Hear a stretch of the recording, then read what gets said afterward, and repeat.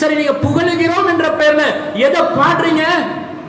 வரம்பு மீறிய சொற்களை பாடுகிறீர்கள்.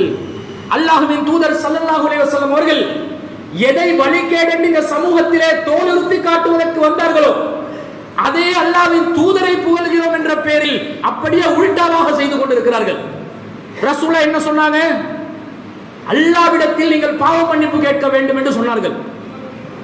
வமை யக்ஃபிரு துனூப இல்லல்லாஹ், அல்லாஹ்வை தவிர பாவங்களை மன்னிக்க கூடியவன் யார் என்று அல்லாஹ்வின் தூதர் திருக்குர்ஆன் வசனங்களை இந்த சமூக மன்றத்திலே முன்னிறுத்தி கேட்டார்கள்.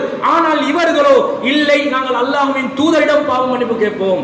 அந்த கஃபாருல் ஹதாயா, நீங்கள் தான் எங்களுடைய பாவங்களை மன்னிப்பவர். கஃபிரு அன்னி துனூபி, எங்களுடைய பாவங்களை எல்லாம் மன்னித்து அதை நன்மைகளாக மாற்றி விடுங்கள். வஃபுலி அன் ஸய்யிஆத், எங்களுடைய பாவங்களை அலட்சியம் செய்து விடுங்கள். நபியே, எங்களோட பாவத்தை மன்னிச்சு பாவத்தை நன்மையா மாத்தி எங்களோட பாவத்தை எல்லாத்தையும் நீங்க அழிச்சு அலட்சியம் செய்து விடுங்கள். இந்த அதிகாரம் அல்லாஹ்வின் தூதரிடம் இருக்கிறதா? அல்லாஹ்வின் தூதருக்கு இந்த அதிகாரம் வழங்கப்பட்டதா?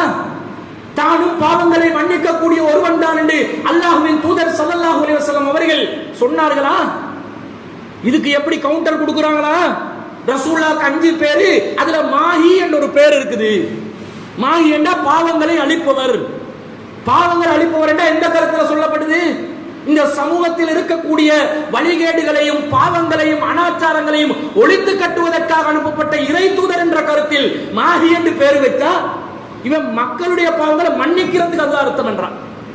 நீங்க எல்லாம் உலமாக்களா? நீங்க எல்லாம் அல்லாஹ்வை அஞ்சி கொள்ளக்கூடியவர்களா? அரபு தெரிந்தவர்களா? அரபு தெரியும் என்று மார்த்தட்டுறீங்க. இந்த நீங்க சொல்லக்கூடிய விளக்கத்துக்கு அரபுக்கும் சம்பந்தம் இல்லை என்று விளங்குதா இல்லையா? தெரிந்து கொண்டும் ஏன் இந்த வழிகேட்டை அனாச்சாரத்தை நீங்கள் அரங்கேற்றிக் கொண்டிருக்கிறீர்கள்? அது மாத்திரமா? யா நபி என்று சொல்லக்கூடிய அந்த பைத்துல அந்த பாடல் வரிகள்ல என்ன வருது? யாமன் தமாத வஜ்தரம், குற்றங்களையும் பாவங்களையும் செய்து விட்டவனே, துப் வஅதரிஃப் வர்ஜுல் கரம், மன்னிப்பு கேள், குற்றத்தை ஒப்புக்கொள், அருளை எதிர்பார். யாருக்கிட்ட?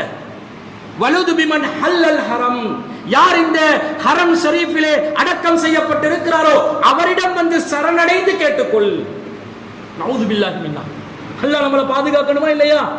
பாவம் குற்றம் செஞ்சவன் எல்லாம் ஹரம் ஷரீஃப் கிட்ட போயிட்டு ரசூல் ஸல்லல்லாஹு அலைஹி வஸல்லம் அவர்களுடைய ஜியாரத்துக்கு முன்னாடி இருந்து பாவ மன்னிப்பு அருளை வேண்ட வேண்டும் என்று சொல்கிறார்கள் என்றா, இதை விட ஒரு வழிகேடு இந்த சமூகத்தில் இருக்க முடியுமா? சிந்தித்து பாருங்கள். அது மாத்திரமா? நிறைய சொல்றாங்க. இவங்க என்ன அளவுக்கு சொல்றாங்கன்னா, வஅதிஃப் அலைய பிஅஃவி மின்க யஸ்மலுனி, உங்களின் மன்னிப்பை என் மீது சொரிந்து என் மீது அருள் புரியுங்கள். ரசூலோட மன்னிப்பை அல்லாஹ்வுடைய அடியார்கள் மீது சொரிந்து அல்லாஹ்வுடைய அந்த பாவ மன்னிப்பை ரசூலா கொடுப்பாங்களா? எங்க கொண்டு போய் இந்த சமூகத்தை நிறுத்துறீங்க? எந்த இடத்துல கொண்டு போய் முஸ்லிம் சமூகத்துடைய ஏகத்துவ கொள்கையை புதைக்கிறீங்க? அல்லாஹ் அஞ்சு கொள்ள வேணாமா? அஞ்சு கொள்ள வேண்டும்.